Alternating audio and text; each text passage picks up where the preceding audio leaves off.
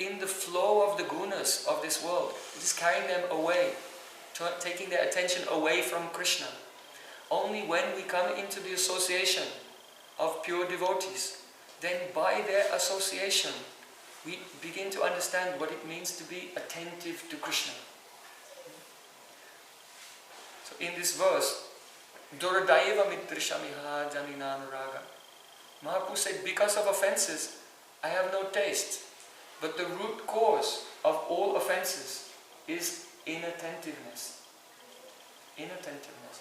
That is called in Sanskrit pramada. Pramadaha. Dama bratahuta utari sarva shubhakriya samyam api pramadaha. In Padma Purana, it is offense to be inattentive to the holy name.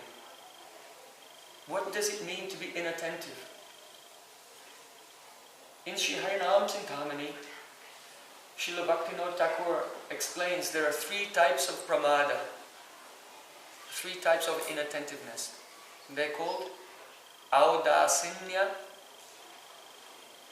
jadya, and vikshep. Audasinya means indifference.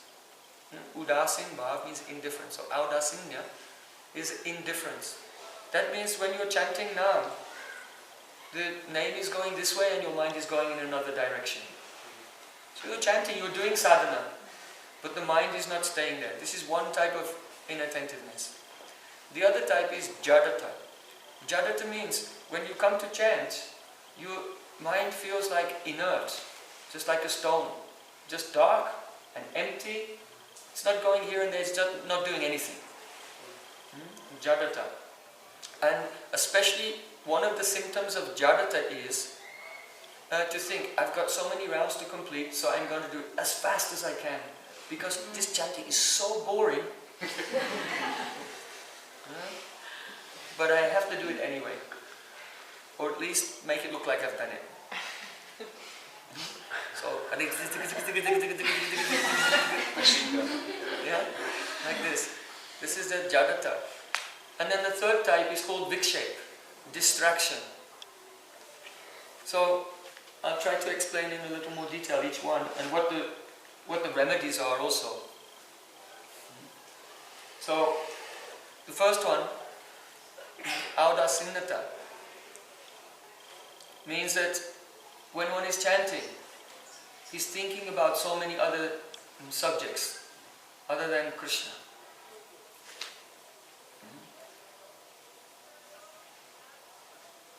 It's very, very difficult to overcome. The mind is very, very restless. Inattentiveness cannot be overcome without mercy. So one should pray very, very humbly, "Oh Nam Prabhu, please help me." Srila Bhaktivinoda Thakur said, 2 ways you should try to overcome this restlessness of the mind. The first one is spend at least 1 hour every day chanting japa with a pure Vaishnava who's chanting japa. Seek out sadhu sangha, the association of a person who really has deep taste. Sit closely by them and watch how they're chanting and take in the sanskar, the impression. I used to sometimes sit with my Gurudev. He made a very deep impression upon me. He used to sit, he was very flexible, he would just get his legs like this, in the lotus position. If you cannot sit in the lotus position, you have to put a pillow and lift your spine up a little. Because the lotus position is the only way to keep the spine completely straight. And if you just sit cross-legged, it will be bent a little at the bottom. And then if you sit for a long time, some strain and pain will come. So if you just lift up a little, a few inches behind, and the legs can be down, my Gurudev used to sit perfectly straight. And completely absorbed. Sometimes I thought he would explode. It was as if I could, there was some pressure inside her. The bhav, the intensity of the bhav when he was chanting, it's just emanating from. So to be close to a pure devotee and see how they chant and take in that sanskar, that impression, and then try to yourself conform your mood and your attitude to chanting to be exactly like that. So at least 1 hour, better 2 hours, 3 hours. Srila Bhaktivinoda Thakur said you should increase your chanting to 4 hours without moving, and just try to hear the name. When you're not in the association of a pure devotee, to avoid distraction, Srila Bhaktivinoda Thakur said, go to a quiet room, close the door when no one's around, and you can even put a cloth over your head, so you don't look at anything in the room. Because there's always, when the mind is restless, wants to look here and there. And then chant loudly and just try to hear. Just try to hear. So, and if one will do this and try to increase to 1 lakh, increase to 2 lakhs, and then to 3 lakhs. And then the anurag. Here Mahaprabhu is saying, Durdaiva mitishamiha janina anuragha. I am unfortunate I don't have anurag for chanting. So some devotees, we all know that Shikshastakam is showing the stages of development in bhakti. But don't think, well, the first verse is for people who chant 16 rounds. The second verse is for people who chant 32 rounds. Then the third verse is maybe for people who chant 48 rounds. It's not like that. The second verse is for people who chant 3 lakhs. Understand? Aspiring for that. The third verse is they're fixed in it. Kirtaniya sadahari, continuously chanting. So, sometimes devotees, they resort to imagination and speculation because they're expecting a great reciprocation from the name when only chanting 16 rounds, 32 rounds, 48 rounds, like this. This is not... One has to increase 1 lakh, 2 lakhs. If one can chant 2 lakhs daily, in a few days, in a week, you can go through Anata Nivritti.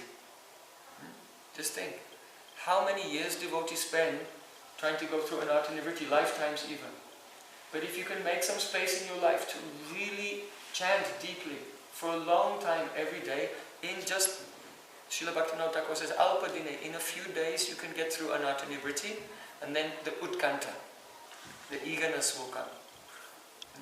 So, this is how to solve the udasinata, indifference. Then, the jadata. Jadata is the dullness in the mind. Again, Srila Bhaktivinoda Thakur said, most important thing is sadhu sangha. Sadhu sangha. And especially, be with Vaishnavas and observe festivals. Because in festivals there's singing, dancing, harikatha, studying Shastra together. Try to follow very strictly Ekadasi. And the vrats, Janmastami, Nishinga Chaturdasi, Nityananda Trodasi, Guru Punim, Gaura Punim, all these festivals. And they take away the dullness of the mind. Yes? Is there somebody who could translate this word? I don't understand German. German. Oh, Krishna Chandra. I can do it. You want to do it? Oh, Bhagavati will help you. Okay. So the last one is Vikshep. Now Vikshep is distraction. But this distraction is not the distraction that you experience when you're chanting. It's the distraction which is the things that you do in your life when you're not chanting. In other words, you understand this Vikshep means a person, they try to increase their chanting, but then something happened, some distraction came, and they reduced the amount of their rounds. And they became involved in different projects and schemes and dreams, and by inattentiveness, the heart becomes flooded with so many worldly desires and attachments. And so basically, one's life itself becomes a state of vikshep or distraction from sadhana bhakti. You understand? So these are the 3 types of inattentiveness. So by one's own strength, it's not possible to overcome. But if one will be in sadhu sangha, and especially hear Harikatha. Once a devotee came to my Gurudev and said, Gurudev, what is most important? Doing service, or chanting, or distributing books, before they could even finish the question, Gurudev said, hearing Harikatha. Shinvatam swakata Krishna, punya sravana kirtana, hridyantasto hi abhadrani vittunoti suritsatam. By hearing Harikatha, then the abhadra, inauspicious things, especially Vishwanath Thakur said, it means namaparad. It becomes washed away by hearing Harikatha. When we hear about, especially those who want to attain Nishta, they should do the Anushilanam, Jivan Charitra Anushilanam. It means cultivate in your life the hearing and chanting about the lives of great devotees themselves.